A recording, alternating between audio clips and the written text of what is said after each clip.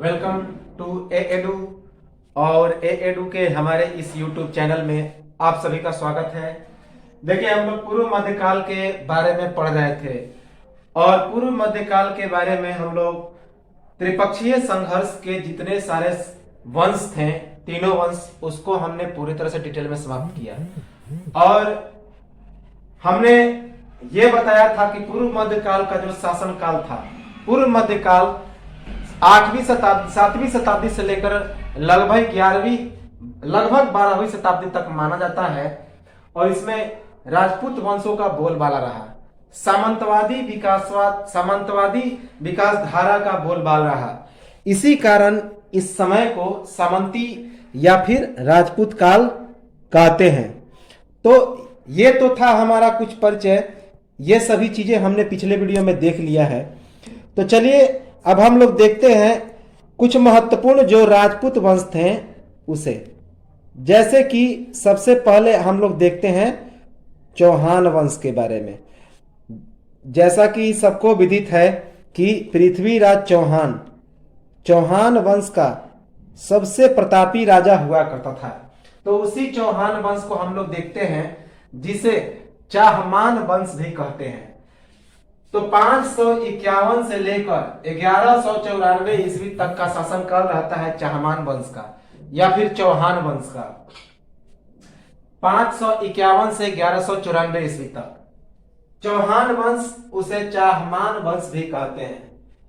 तो भारतीय राजपूत वंश जिसका शासन 7वीं से 12वीं शताब्दी तक वर्तमान गुजरात, राजस्थान एवं उसके समीपवर्ती क्षेत्रों तक रहा।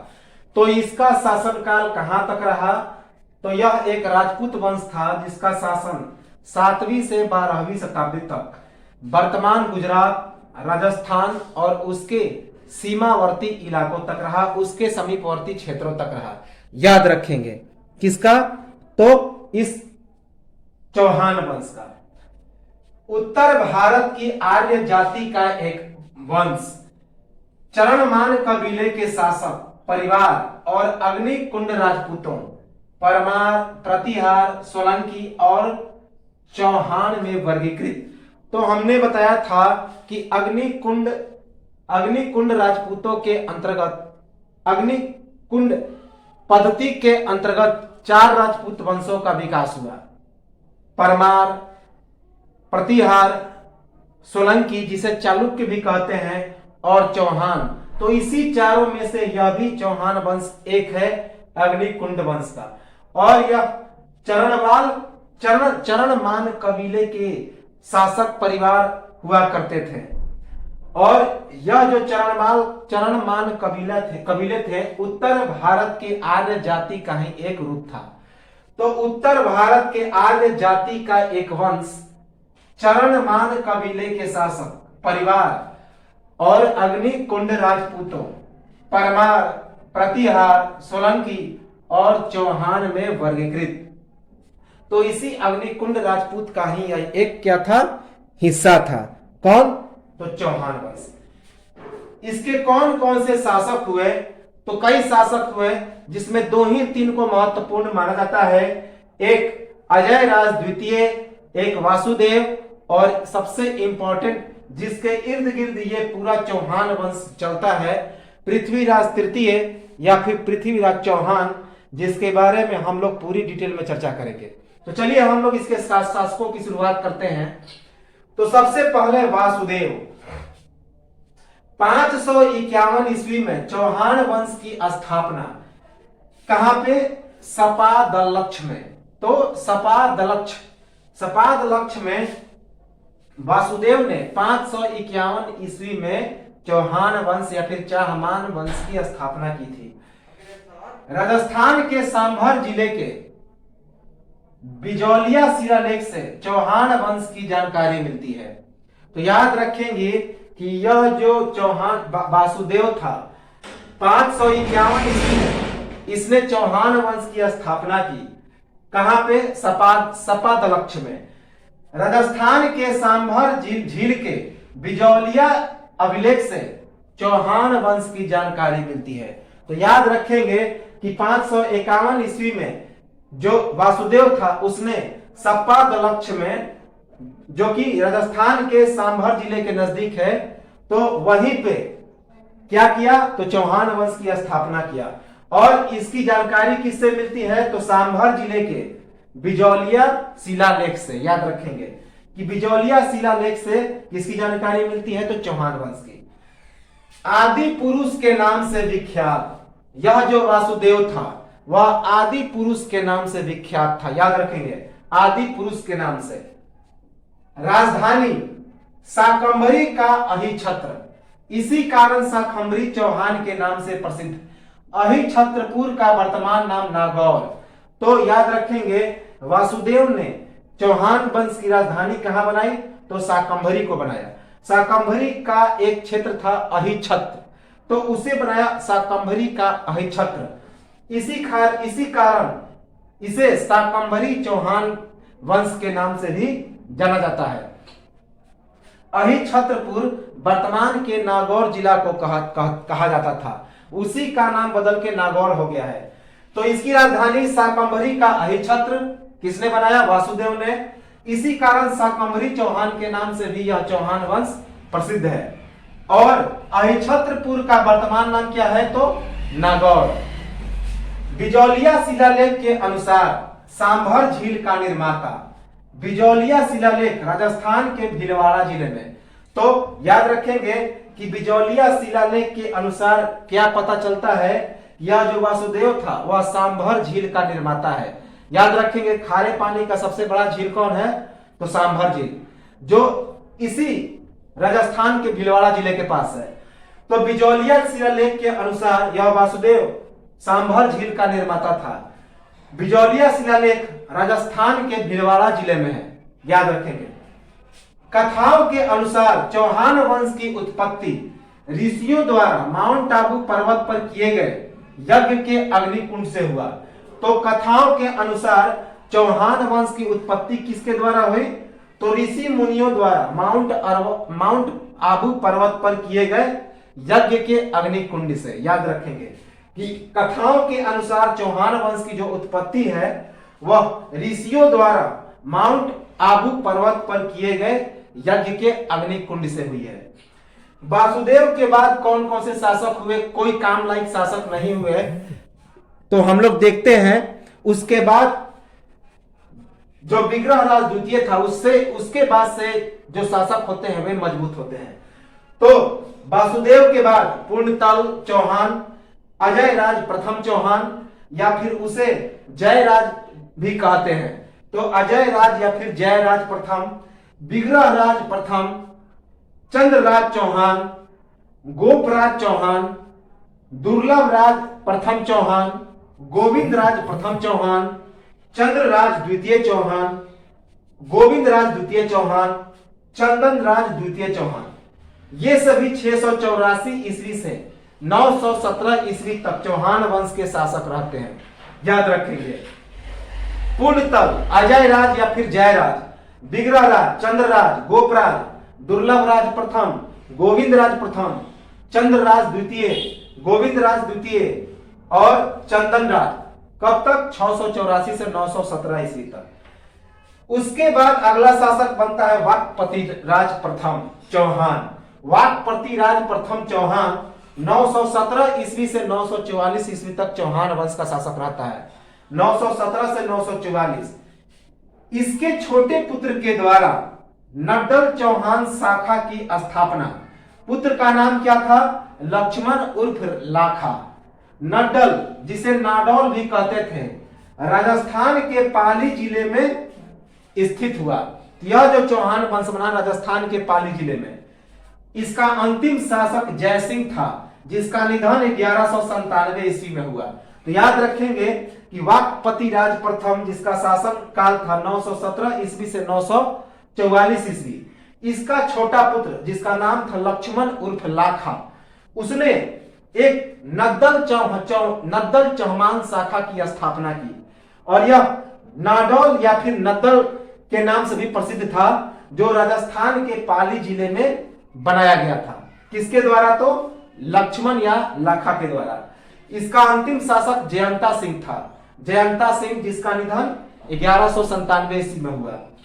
वाकपति राज प्रथम के बाद अगला शासक बनता है सिंहराज चौहान, जो 944 से 977 ईस्वी तक रहता है। इसके कार्यकाल में भी कोई उल्लेखनीय कार्य नहीं हुआ। तो वाकपति राज प्रथम के बाद सिंहराज चौहान 944 से 977 ईस्वी तक चौहान वंश का शासक रहता है।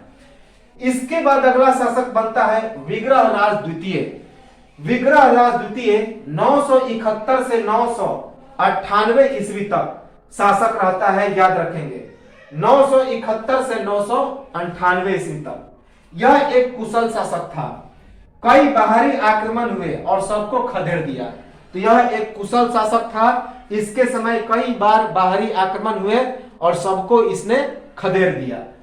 विग्रहराज द्वितीय के बाद के शासक कौन है? बिरियाराम चौहान, चामुंडराज चौहान, दुर्लभराज तृतीय चौहान, विग्रहराज तृतीय चौहान, पृथ्वीराज प्रथम चौहान। ये सभी 1040 से 1110 ईस्वी तक रहे। ये भी कमजोर शासक थे। तो विग्रहराज द्वितीय के बाद कौन शासक आए? विरियाराम चौहान, चामुंडराज चौहान, दुर्लभराज तृतीय चौहान, विग्रहराज तृतीय चौहान, पृथ्वीराज प्रथम चौहान। ये सभी 1040 से 1110 ईस्वी तक रहे। इसके बाद एक महत्वपूर्ण शासक आता है जिसका नाम होता है अजय राज द्वितीय। अजय राज द्वितीय जो 1110 ईस्वी से 1134 ईस्वी तक रहता है। अजय राज द्वितीय या जयराज द्वितीय 1110 ईस्वी से 1134 ईस्वी तक इसका शासनकाल रहता है। पृथ्वीराज प्रथम का यह पुत्र था एवं शाकंभरी, जिसे सांभर भी कहते थे, सांभर झील को ही शाकंभरी कहते थे, का अग्निकुलीन चौहान वंश का शासक। तो पृथ्वीराज प्रथम का यह पुत्र था और शाकंभरी अर्थात सांभर झील के अग्निकुलीन चौहान वंश का यह शासक था। याद रखेंगे, यह शाकंभरी के अग्निकुलीन चौहान वंश का शासक था और पृथ्वीराज प्रथम का पुत्र था। मालवा के परमार शासक नरवर्धन को अवंती नदी के किनारे परास्त कर अपनी राज्य सीमा मालवा तक विस्तार किया। तो याद रखेंगे कि अजय राज द्वितीय मालवा के परमार शासक नरवर्धन को अवंती नदी के किनारे पराजित करके अपनी राज्य सीमा कहां तक विस्तार किया? मालवा तक। याद रखेंगे, गजनी की सेना को भी पराजित किया पृथ्वीराज विजय के अनुसार। तो पृथ्वीराज विजय के अनुसार इस अजय राज द्वितीय ने गजनी की सेना को भी क्या किया? तो पराजित किया। गजनी की सेना को पराजित किया, यह बात किसने कहा? पृथ्वीराज विजय ने। अपनी राज्य की रक्षा हेतु 1113 ईस्वी में चौहान वंश की राजधानी परिवर्तन किया। कि याद रखेंगे कि अपनी राज्य की रक्षा हेतु 1113 ईस्वी में अजय मेरू, जिसे वर्तमान में अजमेर कहते हैं, नामक नगर की स्थापना एवं वहां तारागढ़ पहाड़ी पर एक किले का निर्माण एवं अजमेर में चौहान वंश की राजधानी परिवर्तन। किले का नाम क्या था? तो गढ़ बिटली। याद रखेंगे कि 1113 ईस्वी में अजय राज द्वितीय ने अपनी राज्य की सुरक्षा के लिए अजय मेरू, जिसे वर्तमान में अजमेर कहते हैं, तो इसी नाम का एक नगर की स्थापना किया और वहां पर तारागढ़ की पहाड़ी पर एक किले का निर्माण किया और अजमेर को चौहान वंश की राजधानी बनाया। उस किले का नाम क्या था? तो गढ़ बिटली। मोस्ट इंपॉर्टेंट है। अजय राज द्वितीय के संबंध में यह एक काफी महत्वपूर्ण फैक्ट है जो बार बार आता है। तो अपनी रक्षा है, तो राज्य की रक्षा है, तो 1113 ईस्वी में अजय मेरू, जिसे वर्तमान में अजमेर कहते हैं, नामक नगर की स्थापना और वहां पर तारागढ़ पहाड़ी पर एक किले का निर्माण किया और अजमेर को चौहान वंश की राजधानी बनाया। उस किले का नाम था गढ़ बिटली। अजय प्रियदमस नामक सिक्के का प्रचलन, सिक्के पर पत्नी सोमलवती का नाम अंकित किया। तो याद रखेंगे, अजय प्रियदमस नामक इसने एक सिक्के का प्रचलन किया। किसने? अजय राज द्वितीय ने अजय प्रियदमस नामक एक सिक्के का प्रचलन किया और उसपे अपनी पत्नी, जिसका नाम था सोमलवती, उसका नाम अंकित कराया। याद रखेंगे, पत्नी सोमलवती। अजय मेरू में महलों एवं मंदिरों का निर्माण यहीं से चौहान वंश सांभर एवं अजमेर के अधिपति के रूप में प्रसिद्ध। तो अजय राज द्वितीय ने अजमेर में महलों एवं मंदिरों का निर्माण किया। इसी कारण यहीं से चौहान वंश सांभर एवं अजमेर के अधिपति के रूप में प्रसिद्ध हो गए। तो याद रखेंगे कि चौहान वंश सांभर अर्थात शाकंभरी और अजमेर में अधिपति के रूप में प्रसिद्ध हुए कि इनका शासन कहां तक था, तो अजमेर में और शाकंभरी में। कब? जब अजय मेरू में इसने महलों और मंदिरों का निर्माण कराया। जैन धर्म को संरक्षण एवं प्रसिद्ध पार्श्वनाथ जैन मंदिर में स्वर्ण कलश चढ़ाया। तो ये अजय राज द्वितीय ने जैन धर्म को संरक्षण दिया और प्रसिद्ध पार्श्वनाथ जैन मंदिर में स्वर्ण कलश चढ़ाया, सोने का कलश चढ़ाया। याद रखेंगे कि किस धर्म को संरक्षण दिया, तो जैन धर्म को, और पार्श्वनाथ जैन मंदिर में सोने का कलश चढ़ाया, स्वर्ण कलश चढ़ाया। इसका एक और नाम था अजय देव चौहान। याद रखेंगे कि अजय राज द्वितीय का एक और नाम क्या था? अजय देव चौहान। गढ़बिटली किला को कर्नल टॉड द्वारा अपने ग्रंथ में राजपुताने की कुंजी की संज्ञा। तो याद रखेंगे गढ़बिटली किला को कर्नल टॉड ने राजपुताने की कुंजी की संज्ञा दी अपने ग्रंथ में। तो कर्नल टॉड ने अपने सुप्रसिद्ध ग्रंथ में अजय राज द्वितीय के द्वारा बनाया गया तारागढ़ की पहाड़ी पर गढ़बिटली के किला को, गढ़बिटली के दुर्ग को किस चीज की संज्ञा दी? राजपुताने की कुंजी। याद रखेंगे। पुष्कर अथवा अनासागर झील के निकट होने के कारण अजय देव की राजधानी का नाम अजय मेरू, मेर का मतलब होता है झील। तो याद रखेंगे कि पुष्कर अथवा अनासागर झील के निकट होने के कारण अजय देव की राजधानी का क्या नाम पड़ा? अजय मेर, क्योंकि मेर का मतलब क्या होता है? झील। पुष्कर अथवा अनासागर झील के निकट होने के कारण अजय देव की राजधानी का नाम क्या पड़ा? तो अजय मेरू, क्योंकि मेर का मतलब होता है झील। अजमेर की स्थापना चौहान वंश के 23वें राजा अजय राज के द्वारा शुक्ल प्रतिपदा के प्रथम दिन प्रोफेसर ओम प्रकाश शर्मा। तो प्रोफेसर ओम प्रकाश शर्मा ने क्या कहा कि अजमेर की स्थापना चौहान वंश के 23वें राजा अजय राज के द्वारा किस दिन हुई? शुक्ल प्रतिपदा के प्रथम दिन हुई। याद रखेंगे। प्रोफेसर ओम प्रकाश शर्मा के अनुसार अजमेर की स्थापना चौहान वंश के 23वें राजा अजय राज के द्वारा शुक्ल प्रतिपदा के प्रथम दिन हुआ। याद रखेंगे। अजय मेरू दुर्ग का नाम दिया गया किसके द्वारा? चरण भाट के द्वारा। तो अजय मेरू दुर्ग नाम किसके द्वारा दिया गया? अजय मेरू दुर्ग या अजय मेरू किला, तो चरण भाट के द्वारा। तो यह था हमारा आज का वीडियो चौहान वंश से संबंधित, चौहान वंश के बारे में। और एक चीज याद रखेंगे कि राष्ट्रकूट वंश का जो शासक था दंती दुर्ग, उसने हिरण्यगर्भ नामक एक यज्ञ कराया था।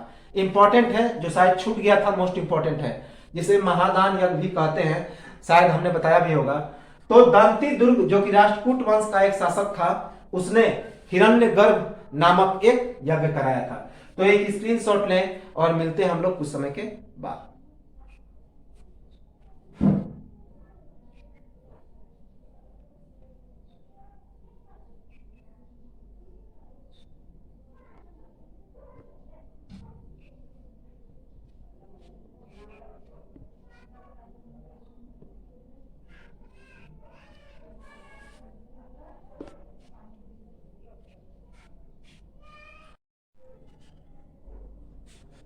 So welcome again. तो हम लोग चौहान वंश को पढ़ रहे थे और चौहान वंश को हम लोग कंटिन्यू करते हैं। तो चौहान वंश जो कि 551 से 1194 ईस्वी तक रहता है, उसे हम लोग कंटिन्यू करते हैं। तो अगला जो शासक बनता है उसका नाम था अर्णोराज चौहान, जो 1135 ईस्वी से लेकर 1150 ईस्वी तक चौहान वंश का शासक रहता है। क्या नाम था? अर्णोराज चौहान। यह अजय राज द्वितीय का पुत्र था। याद रखेंगे कि अभी हमने बताया था अजय राज द्वितीय के बारे में, जिसने अजय मेरू नामक शहर की स्थापना की थी, जो आज अजमेर कहलाता है। तो अर्णोराज चौहान जो 1135 से 1150 ईस्वी तक चौहान वंश का शासक रहता है, यह अजय राज द्वितीय का पुत्र था। इसके शासन काल में चौहान वंश की शक्ति में सर्वाधिक विस्तार हुआ। तो याद रखेंगे कि अर्णोराज चौहान के शासन काल में चौहान वंश की शक्ति में सबसे ज्यादा वृद्धि हुआ, सबसे ज्यादा विस्तार हुआ। याद रखेंगे सुल्तान महमूद की सेना को अजमेर के निकट में परास्त किया, पर चालुक्य नरेश पाल के द्वारा परास्त हो गया। तो यह जो अर्णोराज चौहान था, यह सुल्तान महमूद की सेना को अजमेर के निकट तो पराजित करता है, लेकिन चालुक्य नरेश पाल के द्वारा यह पराजित हो जाता है। याद रखेंगे कि अर्णोराज चौहान अजय राज चौहान या अजय राज द्वितीय का पुत्र था। इसके शासनकाल में चौहान वंश की शक्ति में सर्वाधिक विस्तार हुई, सर्वाधिक वृद्धि हुई।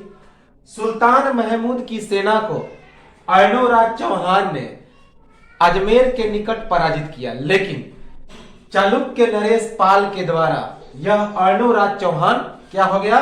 पराजित हो गया। पुत्र जगदेव चौहान के द्वारा 1150 ईस्वी में इसकी हत्या हो जाती है। याद रखेंगे कि पुत्र जगदेव के द्वारा 1150 ईस्वी में अर्णोराज चौहान की हत्या हो जाती है और 1150 से लेकर 1158 ईस्वी तक अर्णोराज चौहान का पुत्र जगदेव क्या रहता है? तो अजमेर में चौहान वंश का शासक रहता है। कब? 1150 से 1158 ईस्वी तक। याद रखेंगे। तो इसके शासन काल में कोई उतना उल्लेखनीय कार्य नहीं होता है, इस कारण इस इतिहास में इसके कार्य अंकित नहीं है। इसके बाद अर्णोराज का एक और पुत्र था जिसका नाम था विग्रह राज चतुर्थ या फिर विग्रह राज चौहान के नाम से भी यह प्रसिद्ध था।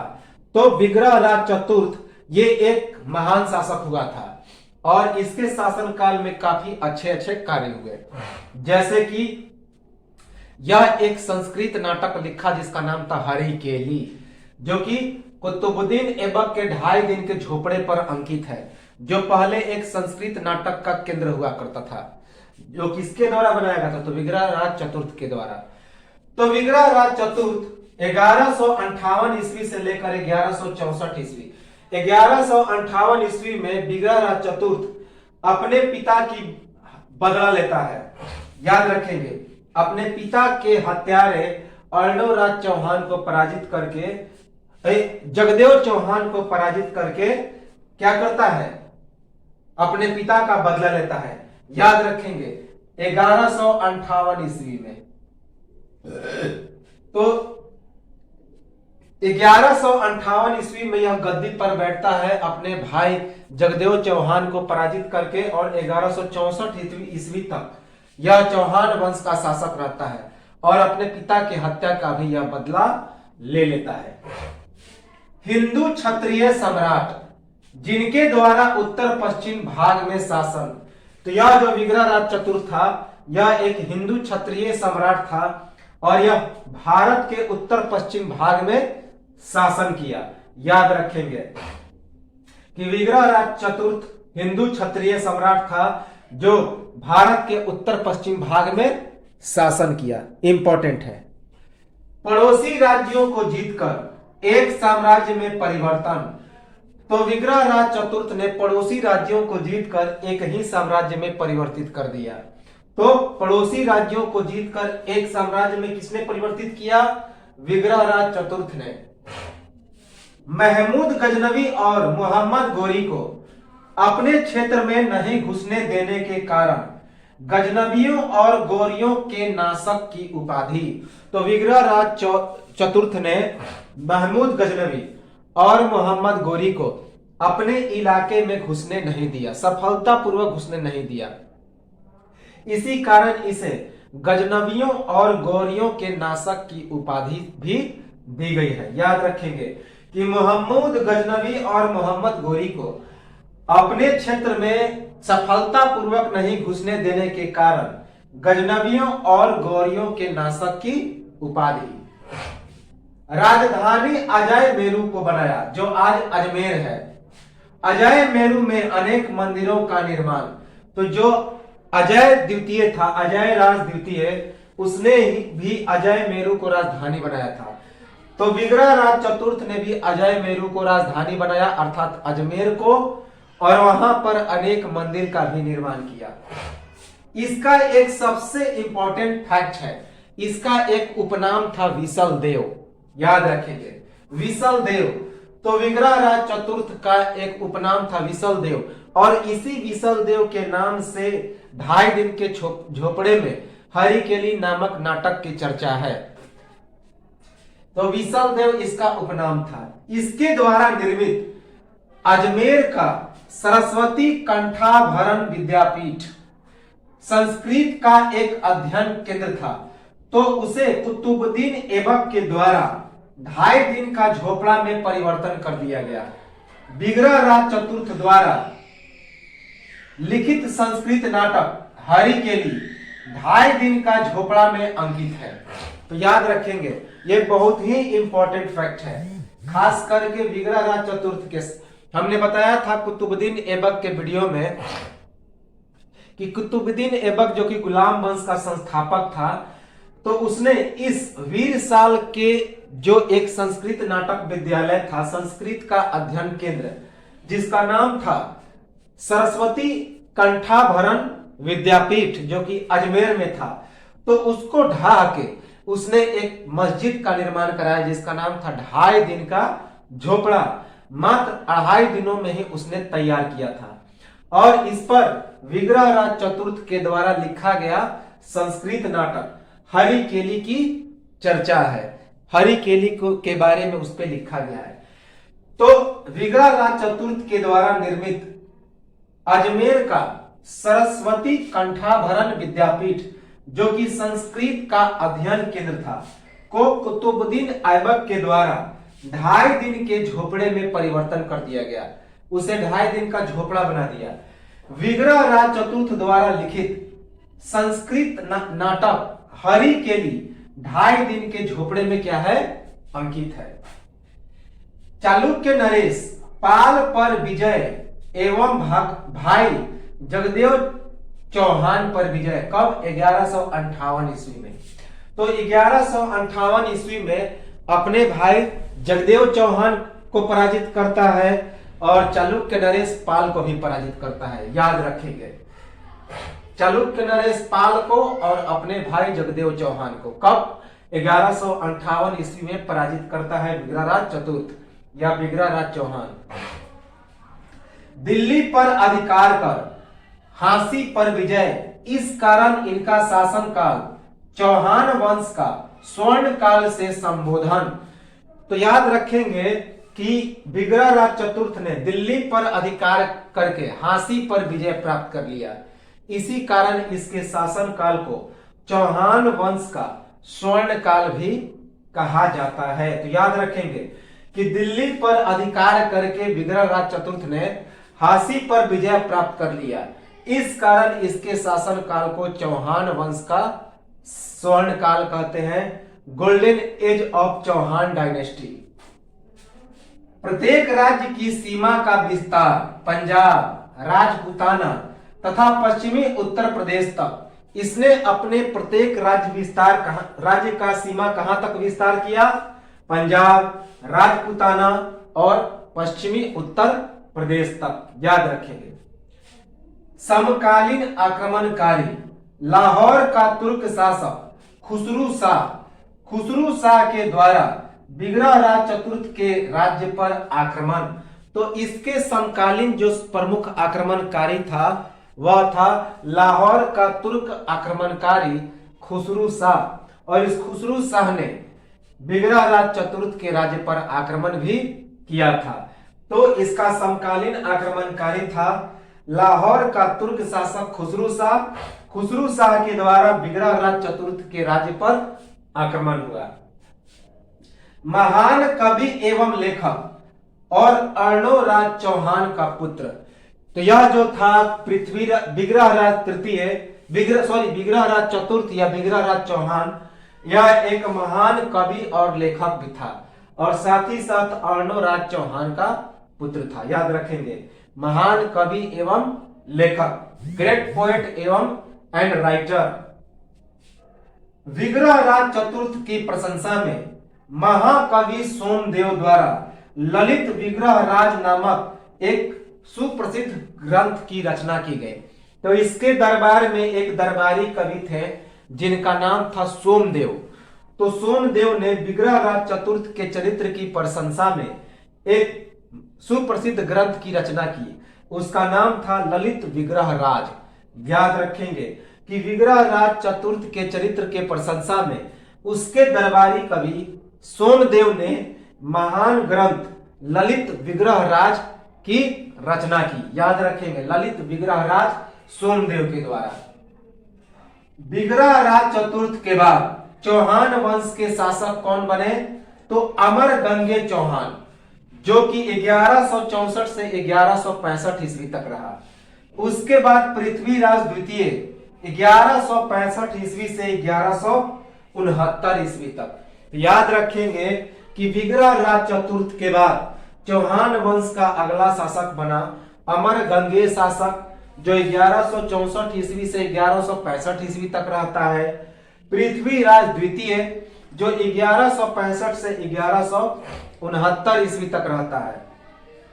याद रखेंगे, तो इनके शासनकाल में कुछ उल्लेखनीय कार्य नहीं हुए। तो इसके बाद के शासक को हम लोग देखेंगे, जिसका नाम था सोमेश्वर चौहान।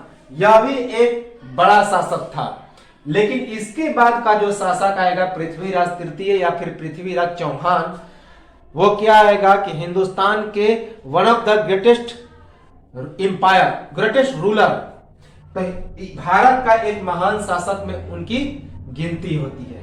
तो चलिए सोमेश्वर चौहान के बारे में देखते हैं, जिनका शासन काल 1169 से 1178 ईस्वी तक था। तो सोमेश्वर चौहान का शासन काल 1169 से 1178 ईस्वी तक था।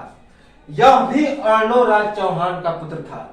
तो अर्णोराज चौहान के 4 पुत्र हुए, जगदेव चौहान, अमरगंगे चौहान, पृथ्वीराज द्वितीय, विग्रहराज चौहान, विग्रहराज चतुर्थ और फिर सोमेश्वर चौहान। 5 पुत्र हुए। तो सोमेश्वर चौहान अर्णोराज चौहान का पुत्र था। अमरगंगे और पृथ्वीराज द्वितीय भी अर्णोराज चौहान के ही पुत्र थे। अपने पिता की मृत्यु के बाद अपने जीवन का कुछ भाग चालुक्य शासक कुमारपाल के दरबार में इसने व्यतीत किया। तो सोमेश्वर चौहान अपने पिता की मृत्यु के बाद अपने जीवन का कुछ भाग चालुक्य शासक कुमारपाल के दरबार में व्यतीत किया। नहीं तो विग्रहराज चतुर्थ के जगह पे यही शासक बनता। तो अपने पिता के मृत्यु के बाद अपने जीवन का कुछ भाग चालुक्य शासक कुमारपाल के दरबार में इसने व्यतीत किया। किसने? सोमेश्वर चौहान ने। इसका जन्म नाना सिद्धराज जयसिंह के यहाँ हुआ और वहीं पर इसका विवाह हुआ राजकुमारी कर्पूर देवी से। तो याद रखेंगे कि सोमेश्वर चौहान का जो जन्म हुआ इसके नाना के यहाँ हुआ और जिसका नाम था सिद्धराज जयसिंह, और वहीं पे इसका विवाह राजकुमारी कर्पूरी देवी से हुआ। याद रखेंगे कि सोमेश्वर चौहान का जन्म कहाँ हुआ? तो इसके नाना के यहाँ, जिसका नाम था सिद्धराज जयसिंह, और यहीं पर इसका विवाह हुआ राजकुमारी कर्पूर देवी से। कुमारपाल के द्वारा कोंकण देश के स्वामी मल्लिकार्जुन पर आक्रमण के समय सोमेश्वर द्वारा शत्रु के हाथी पर कूदकर उसकी हत्या कर दी जाती है। याद रखेंगे, कूदकर उसकी हत्या।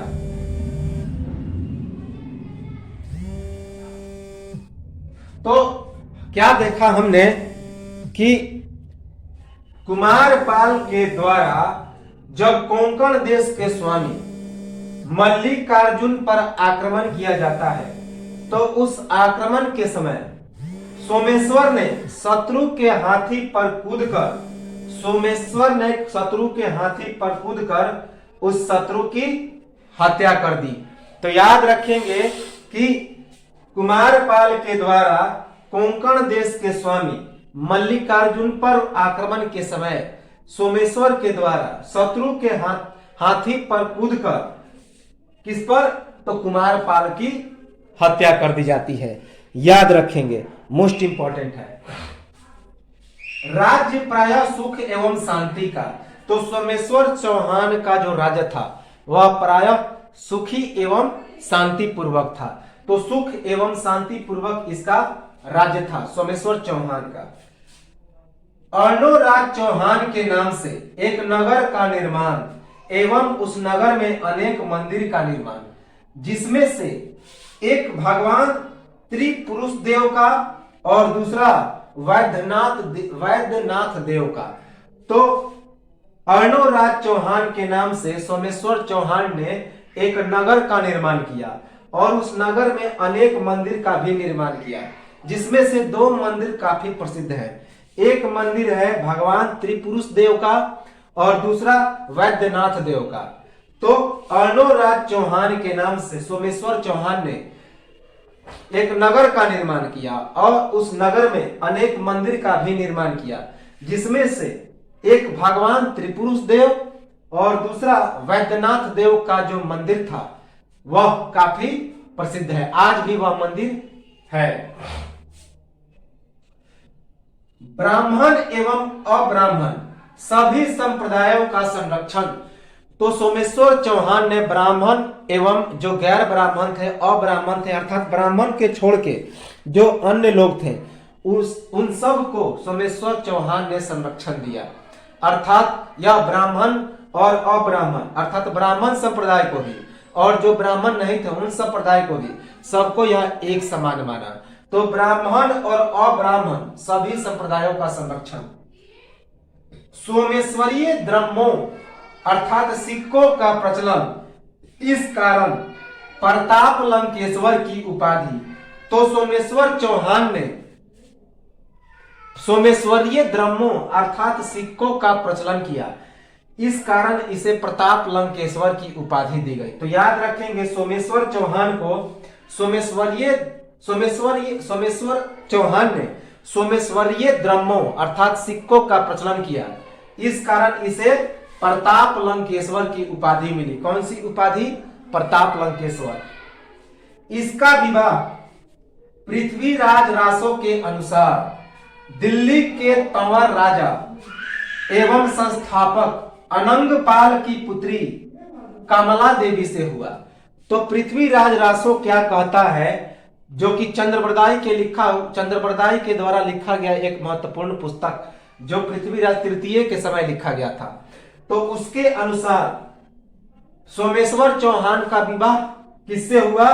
तो दिल्ली के तंवर राजा और दिल्ली के संस्थापक जिसका नाम था अनंगपाल। मोस्ट इंपॉर्टेंट क्वेश्चन है कि दिल्ली की स्थापना किसने की? तो अनंगपाल ने, जो दिल्ली का एक तंवर राजा था।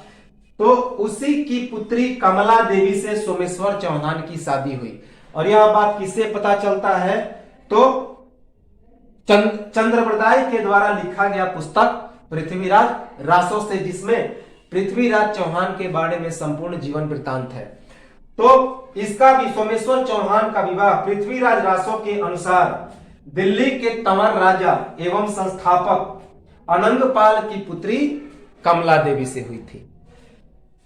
इसका पुत्र महान राजा पृथ्वीराज तृतीय सोमेश्वर चौहान की मृत्यु के समय पृथ्वीराज तृतीय की उम्र मात्र 10 साल थी। तो इसी सोमेश्वर चौहान का पुत्र था पृथ्वीराज तृतीय, ये जिसे पृथ्वीराज चौहान भी कहते हैं। तो सोमेश्वर चौहान की मृत्यु के समय पृथ्वीराज तृतीय की उम्र कितनी थी? तो महज 10 साल। मोस्ट इंपॉर्टेंट है कि इसके पिता कौन थे? तो सोमेश्वर चौहान। इसीलिए सोमेश्वर चौहान के बारे में हम लोग पढ़ते हैं। तो ये था हमारा आज का वीडियो, और इसके बाद हम लोग शुरुआत करेंगे पृथ्वीराज तृतीय और अर्थात चौहान वंश का सबसे महान शासक पृथ्वीराज चौहान या फिर पृथ्वीराज तृतीय के बारे में, जो कि हम लोग अगले वीडियो में देखेंगे। तो इसका एक स्क्रीनशॉट ले लें और सब्सक्राइब जरूर कर लें ताकि आने वाला वीडियो आपको मिल जाए, उसका इंफॉर्मेशन, और शेयर करें ताकि अन्य लोगों को भी इसका फायदा हो। कमेंट और बेल आइकन जरूर दबाएं। तो स्क्रीनशॉट ले, मिलते हैं हम लोग अगले वीडियो में, तब तक